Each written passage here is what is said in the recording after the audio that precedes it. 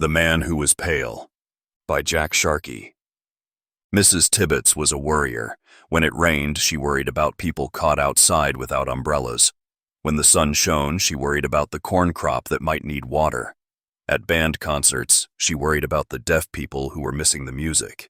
If it thundered, she worried for the hearing of people with good ears.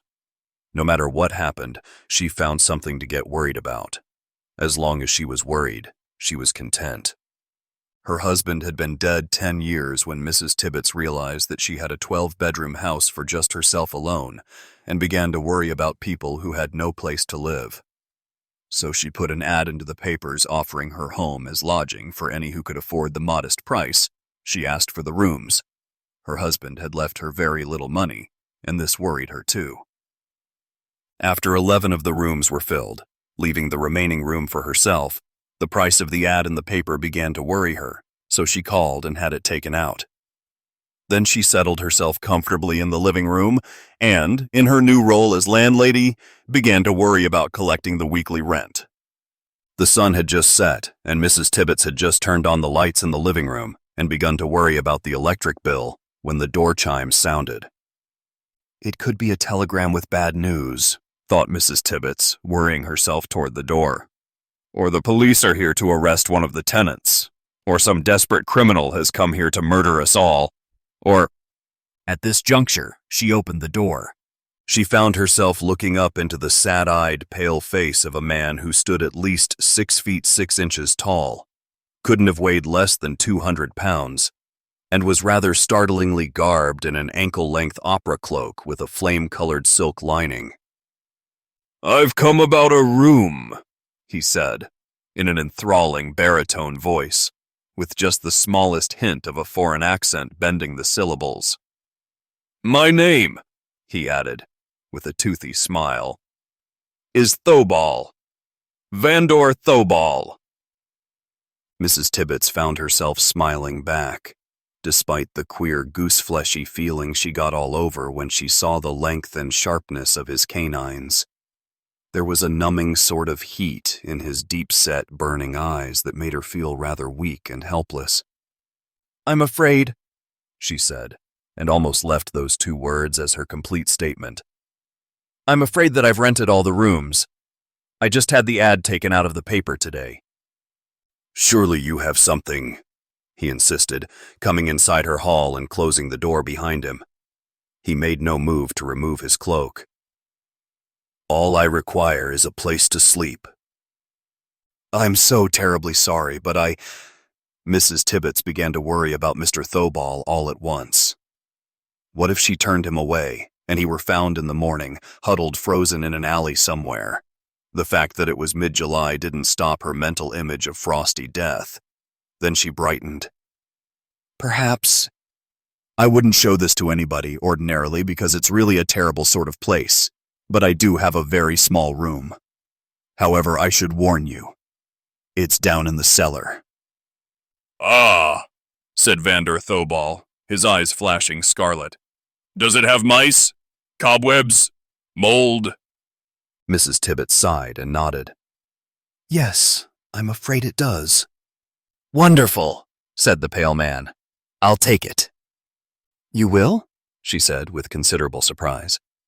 "Yes, I'm a sort of nature lover. We're all brothers, really. The cat, the bat, the rat, the spider, the maggot." "Well," said Mrs. Tibbets with a sniff, "it'll be like old home week for you in my cellar then. It's this way," she said, leading him out into the kitchen. She had to fumble with a ring of keys before she found the one that opened the stiff metal padlock on the cellar door. "Haven't been down here in months," she said with a little laugh, flicking on the light switch and preceding him down the stairs. He followed wordlessly past the heaped cartons of odd bits of junk, past the furnace, unused during the summer months, and to a small room, really hardly more than a bin, at the rear of the cellar. Mrs. Tibbets reddened in embarrassment as she opened the crooked door of plain, unsanded boards. "Used to be used for coal before I had oil heat put in," she said apologetically, hoping he wouldn't mind the crust of grime that covered the tiny cellar window near the top of the flaking brick wall. The place had a rather repulsive, wet, yeasty smell to it. Her new tenant, however, seemed very content, almost ecstatic. "And what is this?" he said, indicating a short flight of stairs just outside the door of his room. "Oh, that leads to the backyard," said Mrs. Tibbets. "Hasn't been unlocked in years," she said, indicating the slope of the sturdy cellar doors at the head of the stone stairway. "It will do nicely, thank you," said Vandor, rubbing his white hands briskly together. "Yes, it will be ideal. I shall move my things in tonight." "Through there?" she asked. "I'm not even sure what I've done with the key." "Do not worry. I have a way with locks," he smiled. That smile, she thought, it makes me all queasy inside. "Well," she said, trying to brush off the mildewed folding cot in the corner of the room and raising a cloud of fleas from the damp dust on the mattress. "All right, it'll be $10 a week." Vandor Thobal made a short, snappy bow and clicked his heels slightly. "Of course," he said, reaching inside his cloak and coming out with a crisp new bill. "This should take care of it for a while." Mrs. Tibbets adjusted her glasses in the dim cellar and looked at the bill. $500? She said, with a little squeak in her voice. "Why, that's almost a year's rent." "Am I to understand there is a limit to my stay?" asked Vandor. "Why, no," she said quickly. "It's just that, nobody gives a year's... No, of course not. No limit at all. Stay as long as you like." A little giddy at her good fortune, she rushed upstairs and had automatically almost locked the cellar door when she remembered that her new tenant was still downstairs. "You don't have anything of value down there, do you?" she called, leaning over the stairs from the kitchen door. "You have no way of locking your room." There was no answer. "Mr. Thobal?" she called, a little less heartily. Still no answer. Finally, cautiously, she made her way back down to the tiny room at the back of the cellar. It was empty. "Mr. Thobal," she sing-songed, peering around in the semi-gloom of the shadowy cellar.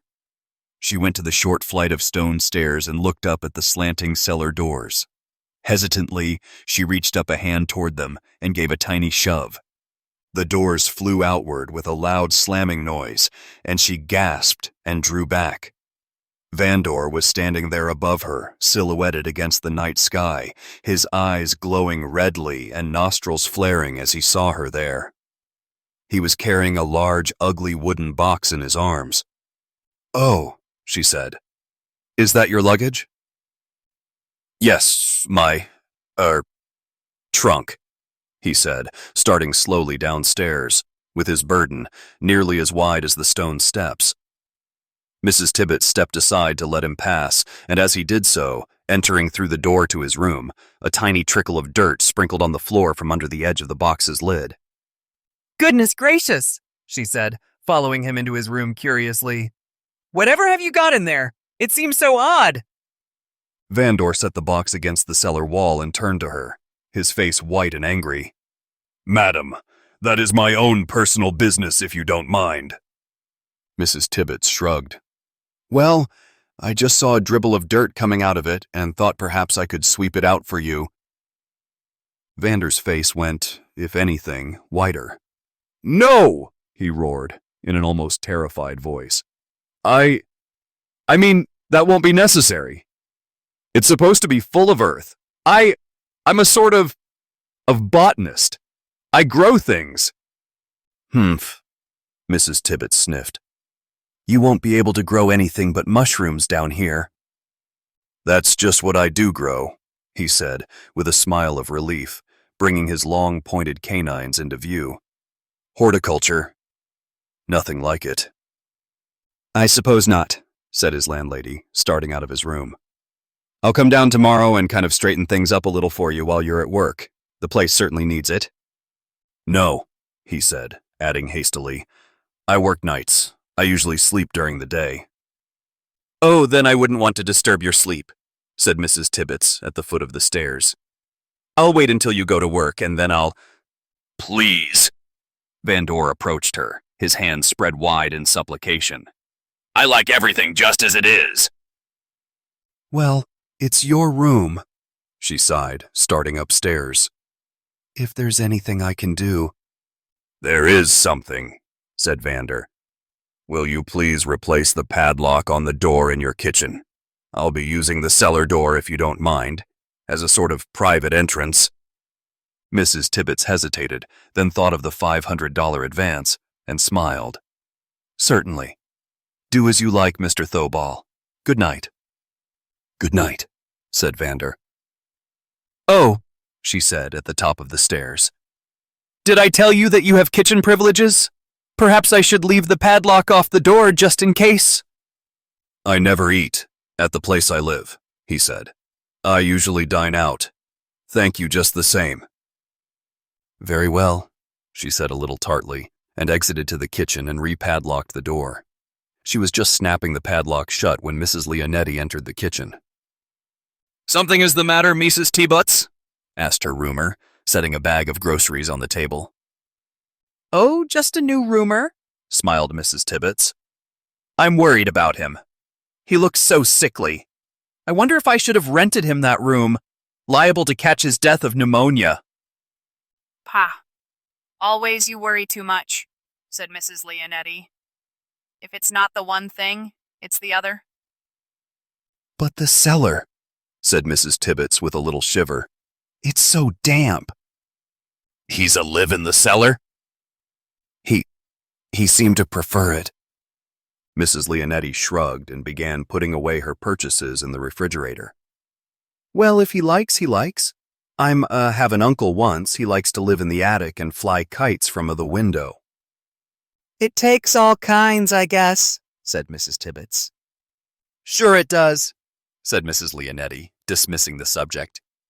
"Say I'm a-gonna make a big pot spaghetti. Maybe you can bring him a plate. Warm him up good." "That's a wonderful idea," said Mrs. Tibbets. "But," her face fell, "he'll probably be going to work. He works nights." Mrs. Leonetti shrugged.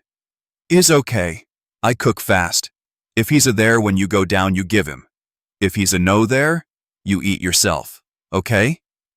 "A fine idea," Mrs. Tibbets smiled. An hour later, Mrs. Tibbets tiptoed down into the cellar, with a steaming covered dish in her hands. She knocked on the door of Vandor's room, but there was no response.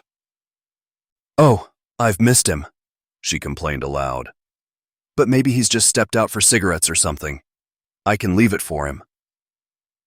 She set the dish on the closed lid of the wooden box and went back into the cellar proper, searching in the heaped cartons until she found a blank sheet of paper. "Dear Mr. Thobal," she scribbled, "if this has gotten cold when you return, feel free to use the stove to heat it up. Mrs. Leonetti, one of your fellow roomers, made it. It's really quite good if you like Italian food. It's got a bit too much garlic in it for my taste." Smiling, she signed the note and went back upstairs. She was awakened just before dawn by a hand upon her shoulder, shaking her violently. She sat up in bed, very startled, and flicked on the bedside lamp. "Mr. Thobal," she said in horror, drawing the bedclothes about her. "How dare you come into a lady's bedroom at—" She consulted her alarm clock. "At 4 a.m. and—" "Mrs. Tibbets," he interrupted in an anguished voice that went straight to her woman's heart. "Would you kindly come down to my room and remove that garlic-stinking thing from my horticulture box?" "At 4 a.m?" she said testily. "Look," he said, quivering with some emotion she could not fathom. "Dawn will be breaking soon, and I'd like to be asleep when it does. I can't sleep at all once it's bright out." "Well," she said, slipping into her flannel robe despite her misgivings, "can't you remove it yourself?" "No," he said miserably. "I'm allergic to garlic. I appreciate the thought, but would you please remove that plate from my room? The very redolence of that odor, even when you've taken it away, will make me ill for the rest of the day. Please hurry." "Oh, all right," she said huffily, leading the way downstairs, with Vandor Thobal looming after her like an ominous black cloud. "Well, I hope you're happier now," she said, holding the plate in her hands as she stood outside the door of Vandor's tiny room. "If the smell is going to bother you, I can bring you down a bottle of Airwick." "No, please," he protested, his white face tinged with greenish gray. "You've done enough already. Just—" He darted an anxious glance behind him, where the grimy window pane was beginning to glow pink. "Just go upstairs and padlock the door. I've got to get to sleep." "Maybe if I brought you some flowers," she began. "No," he wailed. "No Airwick, no flowers, nothing. I'll be getting along fine if you'll just leave." "Well, if you're sure," she said. "Positive," he said, though his voice sounded oddly weak. There was a reddish glow in the room from the tiny window. "Now, please, go." His voice faded. "All right," she smiled, closing the door. "Pleasant dreams." The only answer was a scuffling of feet and a muffled slamming sound. Mrs. Tibbets cocked her head, shrugged, and went back upstairs. She was worried about her new roomer. 2 weeks later, she was still worried. She felt it was her responsibility in a way to keep him healthy. After all, if he got sick, might not the local authorities protest her renting out such a damp, germ-breeding place? She was too worried to even share in Mrs. Leonetti's misgivings about the mysterious attacks in the neighborhood. Mrs. Leonetti was afraid to go out at night, what with the mounting number of men and women found pale-faced and incoherent in their beds in the mornings, though now and then they'd be found upon the grass in the park or slumped in a doorway on the main street. The police were calling them attacks, because the word was ambiguous enough to refer either to a malefactor of some sort or just a poor state of the victim's health. It was Mrs. Tibbets' opinion that it was just something that was going round. She thought of it hardly at all, unless Mrs. Leonetti brought the topic up. Mostly she was worried about Mr. Thobal. Perhaps he was getting whatever was laying these others low. He certainly didn't look very healthy. "Vitamin deficiency," said Mrs. Leonetti, in reply to a query of Mrs. Tibbets. "He's a no got the right vitamins? I'm a read in a medical story in a magazine. It's called a vitamin deficiency." "Don't see how I can help him then," sighed Mrs. Tibbets. "No way to get vitamins to the man if he doesn't eat his meals here." She brooded and worried about the state of her roomer's health until she could think of nothing else. She rarely saw him. Only the few times she went down into the cellar to get something she needed from one of the cartons did she see him. He never, after that first night, came into the upstairs part of the house at all. "He could be sick, dead, or dying," she said to herself, "and I'd never find out until the $500 was used up. It's my duty to check on him." So every so often, making some excuse or other, she'd go downstairs and rummage through the dusty cartons there, hoping for a glimpse of him, still alive. But he never came out of the room by day, and at nightfall, she wasn't quite up to facing him in the darkened cellar alone. When an entire week had passed without her so much as catching a glimpse of him, she couldn't stand it any longer. "I'll just peep into his room quietly and see if he's all right," she said to herself. But just to be on the safe side, she waited till almost sunset.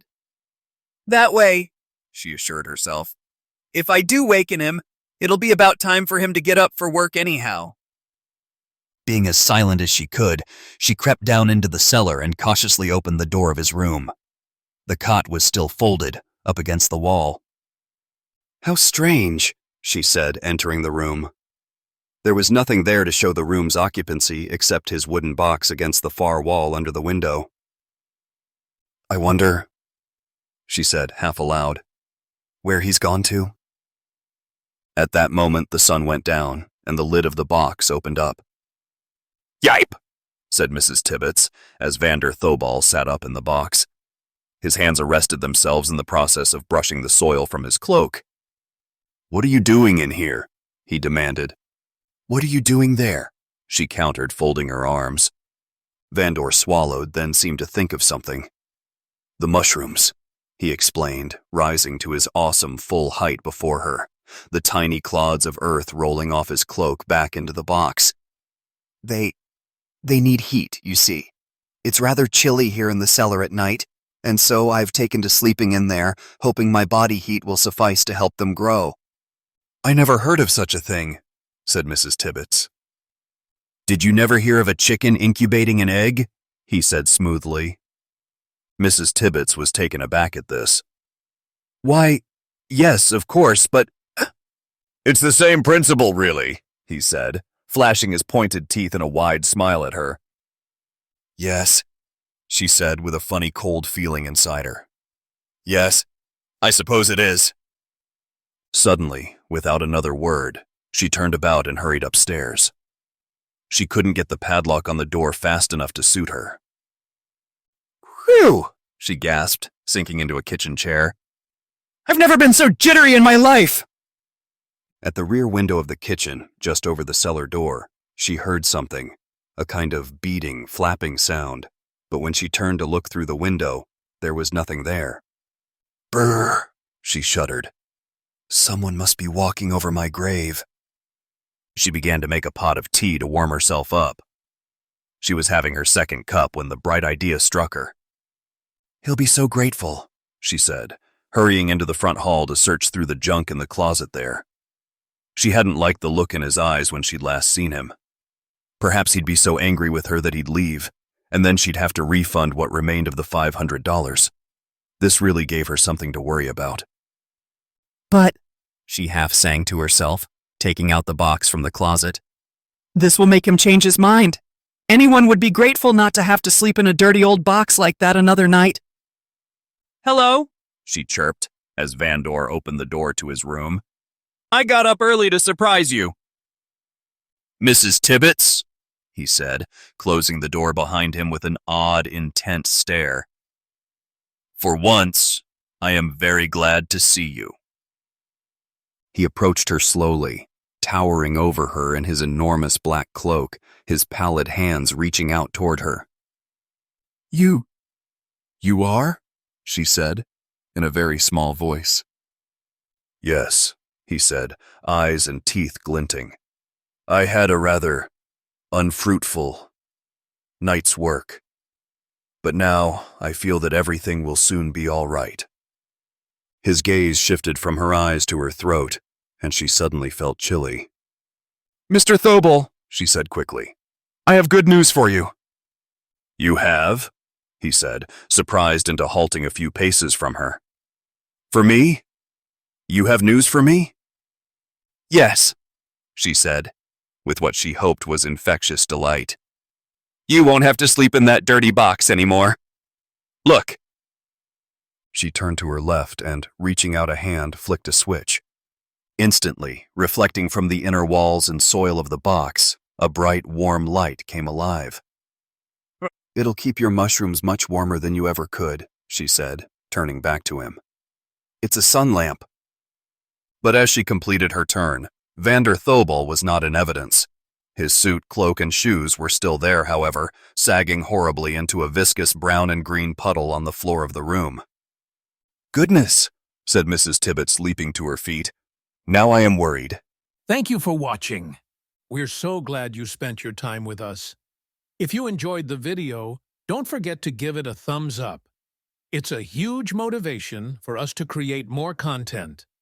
And make sure to subscribe to our channel so you don't miss any new uploads. Thanks for your support, and see you in the next video.